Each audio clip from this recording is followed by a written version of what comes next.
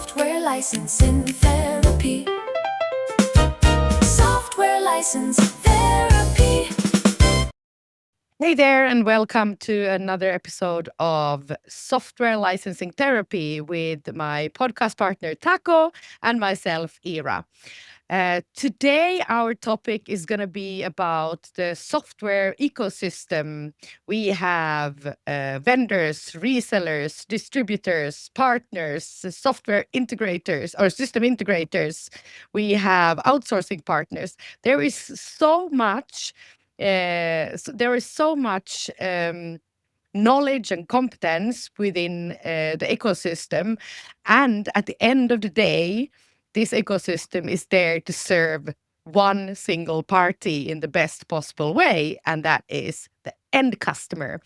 And I think this is going to be a very interesting topic to discuss. Me coming from the reseller perspective, and you, Taco, coming from the customer perspective. And Exactly. it will be exactly. It will be really interesting to know because we who are in the ecosystem, we're like all in it, and we think some things work and some don't. And I want to understand from the Yeah. customer perspective, do you feel the same It's as we interesting feel? when you start talking about an ecosystem, because when you said that we're going to do a podcast on ecosystem, I thought we're going to talk about growing crops or growing vegetables in my garden. Yes. But then you said, This is no, that's not what we do. Or maybe you can grow software in your garden. I don't know. Who knows? I don't know. Yeah. But yes, as a customer, you always talk to one, at least you think you talk to one partner. So if I just for this podcast say, Ira, you're the one contacting me about selling a certain piece of software, for me it starts that I'm talking to you. I don't want to know who sits behind you. I don't want to know how many steps you have to go in your network behind you to get stuff done. I'm not talking to them, I'm talking to you. Meaning that if I, as a customer, feel that you do not have the mandate to actually do something, Yeah. what happens? That's where it starts. That usually, as a customer, you want to make sure that you talk to the person who has the mandate to take decisions and has the mandate to, and not only the mandate, but also is capable of explaining what you are buying and how that will benefit you as an organization. I think that's where it starts. Way too often I've heard, well, I don't know, I have to ask, no pricing. No, I can't change pricing because that's back to the original vendor, or if you're a distributor or a reseller, for example. Which already makes it more difficult because am I really in negotiation with you or am I in negotiation with someone else? Just to start there. Yeah, it's interesting what you say, that this is what customers want, and I sense it the same way. Still looking at the ecosystem behind there, because it's normally the software vendor who chooses which path or which model they're using. So for me, being in the reseller space, sometimes I need to talk to a distributor who then talks to the vendor. And sometimes, even for the same software vendor, some things go through a distributor and some things go directly with the reseller. So there is always this complexity to that side. Then we go, then as a reseller, as a software reseller, you are in contact with the customer. And then you might have, if you don't have the capability yourself and the customer wants to have help with implementation or with something, then either the customer wants to do that part of the software purchase themselves, having someone to come implement, or they already have an outsourcing partner. But as a reseller, you also get into that conversation from time to time, at least. So it's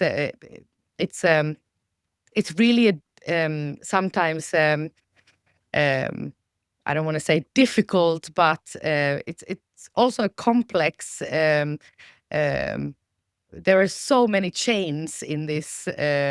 Finally, getting the value out of the software on the customer side. It is, but isn't it dependent on what role you as a partner or reseller play in the vendor's ecosystem?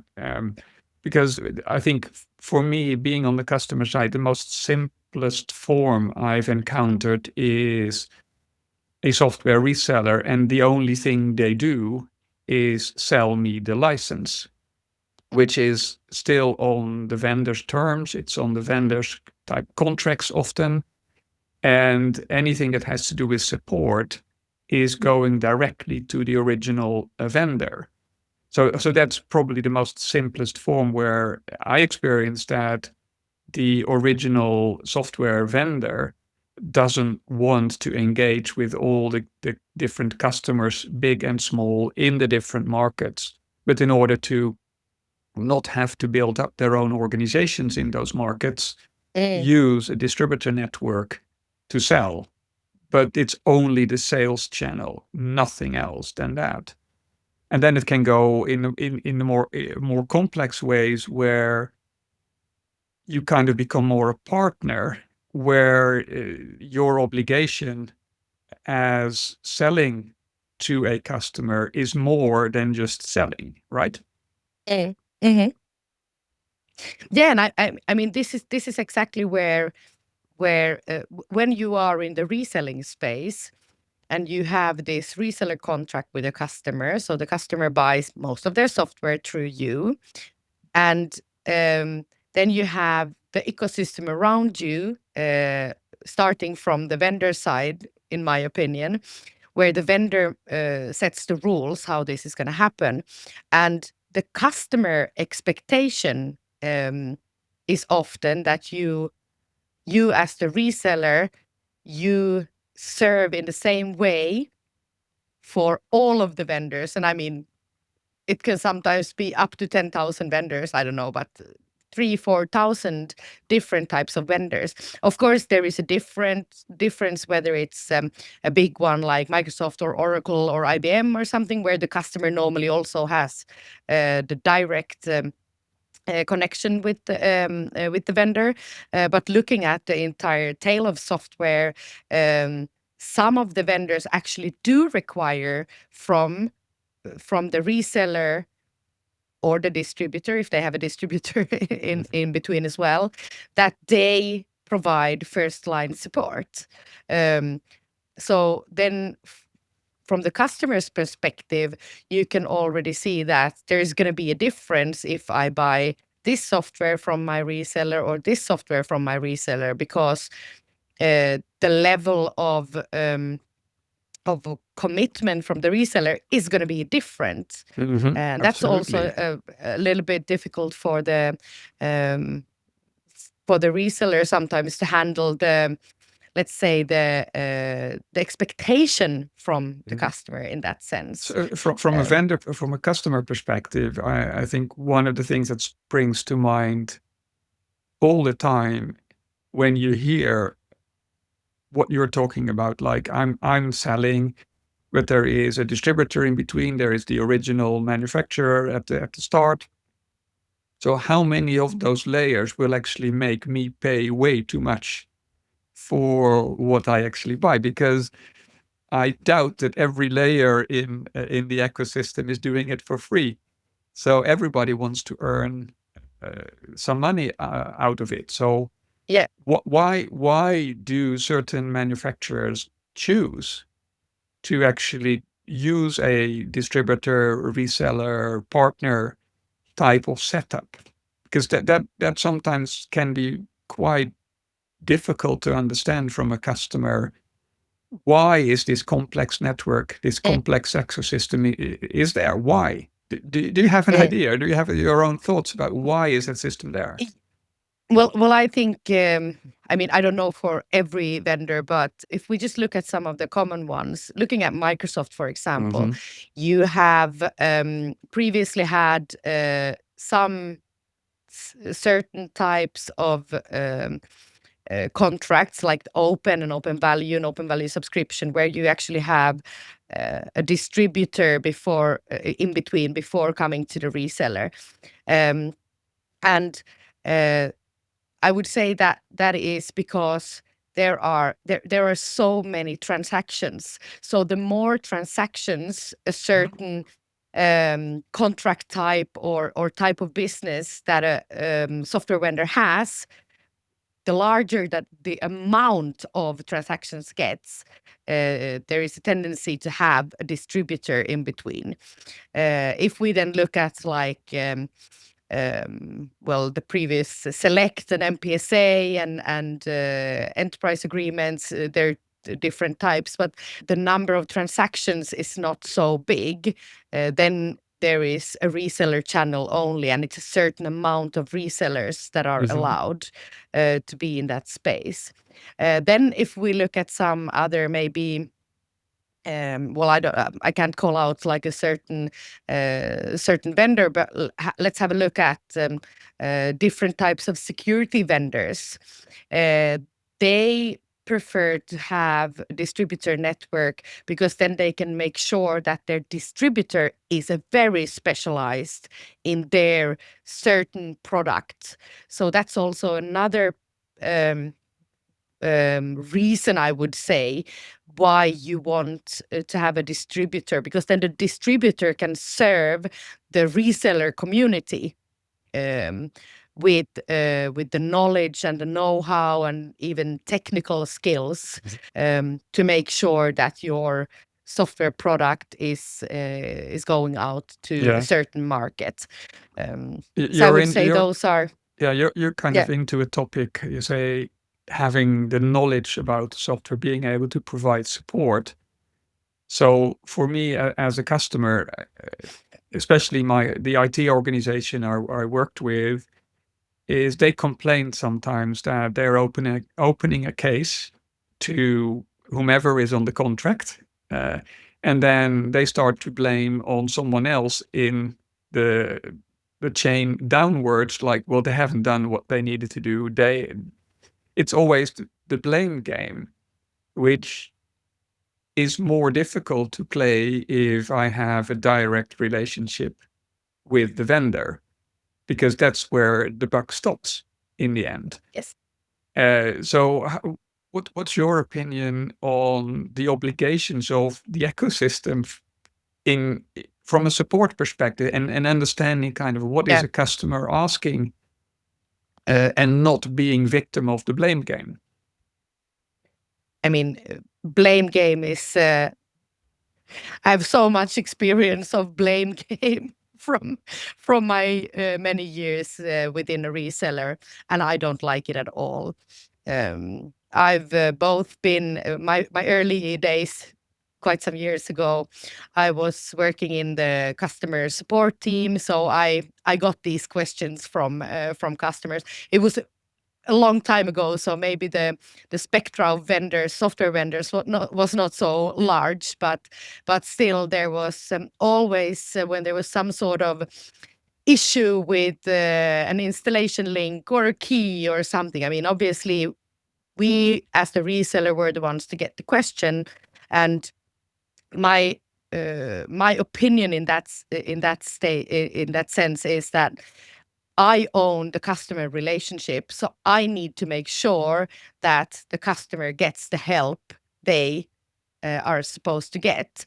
And it is difficult for a customer to go to their 100, 200 different vendors, and because they all have their different how to contact support. So I think it's the reseller's obligation to help the customer to find the right way. Then on the other hand side, it is difficult for the reseller to actually be the support. Of course, you get a learning, you learn, yeah, this vendor works that way and that vendor works that way. But normally the vendor support, when it's on the software vendor side, they want to talk to the direct customer. But I've also seen when you go through a distributor, then I, as a reseller, also have the distributor in between. So I go to the distributor, and then we get into conversations. What? And they, on their hand, need to go to the software reseller or to the software vendor, and then it takes such a long time to go the entire chain. It's reputation damage to a certain extent. And then the It question is. is who It actually is.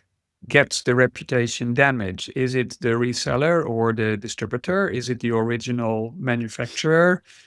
I think ultimately the partner that I'm talking to, if I just take my role as procurement, so the party that I negotiate and sign the agreement with, it's their reputation that's on the line. And then secondly, obviously it's the vendor underlying the software vendor that gets a certain reputation as they only sell through their network, and then when you really need them, they're not there. But the reseller or the distributor also gets part of the reputational damage, depending on whether they're a niche player or whether they are a more broad player. But ultimately, they will get reputational damage if it happens too often. Yeah. And I mean, the reputational damage comes from different angles also in the different parts of the ecosystem. So, I mean, the customer obviously goes to their reseller, and the reseller gets damage if something is not working in the best possible way.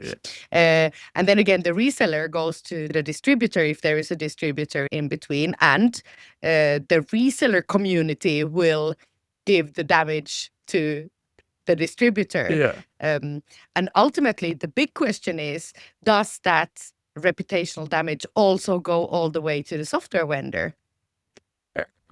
That depends, because ultimately the software vendor is being judged by the quality of the product. Exactly. But then underlying could be how well is the support chain working. There's another example that I just want to bring where it gets more complex. And that is if I buy certain software directly from the software vendor. Let's take Dynamics 365 as an example from Microsoft. So I buy my licenses from Microsoft, but then I may contract an integrator to implement it with my processes. And then suddenly the integrator knocks on my door and says, well, we can sell you those licenses as well. Probably at a better price. And then it becomes even more complicated because I have this direct relationship with the original vendor.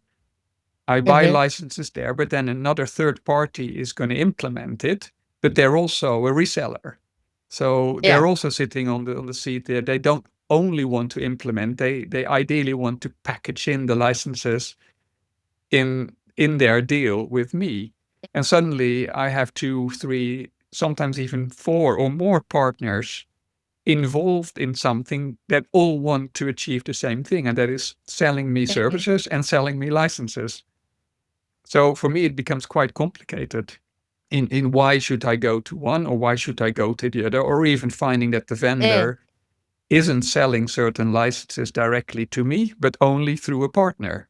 So now I have 2 different sets. I have licenses that I buy from the vendor, but also licenses from that vendor that they're not selling directly to customers, but only through a network.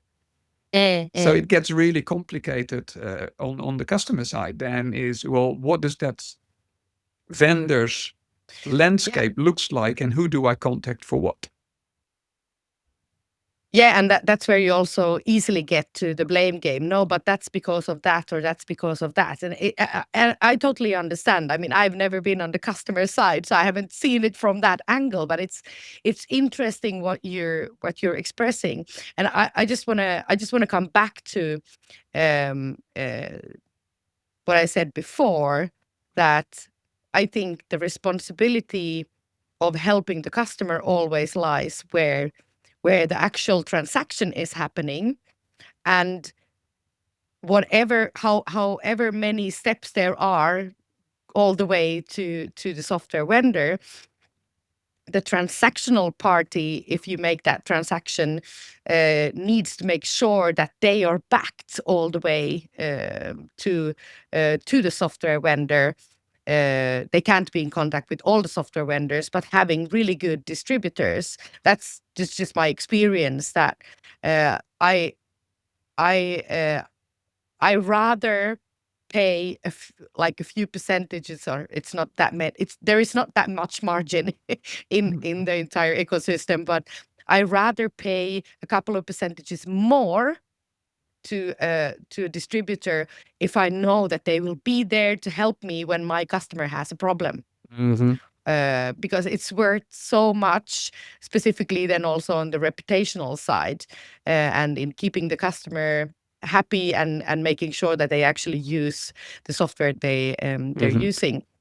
But that also takes me to what you were a little bit touching on, and that's the money spent in the entire chain from the customer. I mean, we're always talking about software reselling being low margins, and it is. I mean, looking at some transactions, like, it could be like 15 USD or 15 euros. And then you have maybe if it's like one of the smaller vendors, it might be that you have, if you're lucky, maybe you have like 6 or 7% margin as a reseller on top of that. But then you go back, if it's a product that, or a software vendor that sells through distribution, I mean, they're going to have a couple of percentages there as well. And then at the end of the day, the software vendor will have most of the cake. So there is, I would say, there is a big non-transparency also in this chain. And I can be really transparent and say, I was always transparent with my margins to my customers. I wanted them to know what I earn, because I want them to be able to compare, this is what Era earns on me as a customer. Do I get the value based on It's that interesting that you talk money? about value in this case, because, well, there can be many layers in between the customer and the original software manufacturer. But I have seen that not every layer necessarily is a waste. If you're talking about many layers needing to make a buck, for me as a customer, there can be really interesting angles why I'm not too worried about some of the layers. It could be that I want support in a local language, which maybe the original vendor can't provide, but the local partner can. There could be implementation capabilities that are difficult to get directly from the original vendor, but a local partner can provide it. We were talking about that. But I think what you're saying, that if that value gets fuzzy, or if that value gets non-transparent, where suddenly I don't know anymore what the cost of that value is on top of what the value of the software is for me, then it gets difficult. So I don't think customers generically have an issue with having to deal with this kind of ecosystem. But ultimately, it's about transparency. It's about, do all these steps add value, or do they only make it more difficult? And ultimately, I, as a customer, am constantly hit by the blame game, and it gets difficult for me to do. So transparency, all for it. Value, all for it. But it has to meet the requirements that I have. And then I think everyone is prepared to pay a fair price for the value. Yeah. And I really think, and I have something I want to send to all end customers. I think, if you work with a reseller and you maybe have a contract that you go through one reseller most of the time for your software, ask them about the ecosystem. Where do they buy? They don't have to give you exactly who they buy from, but is there a distributor or some specialized partner or something else, or do they go directly to the software vendor? How does the process on the reseller side work?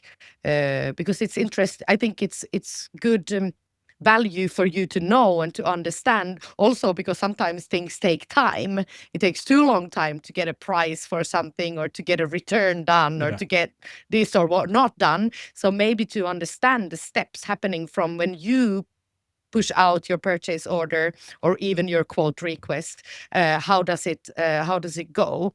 And also something that I really like that you're saying, that if there's a provided value and knowledge and know-how, and not getting into the blame game history, you're willing to pay a certain amount or a certain percentage.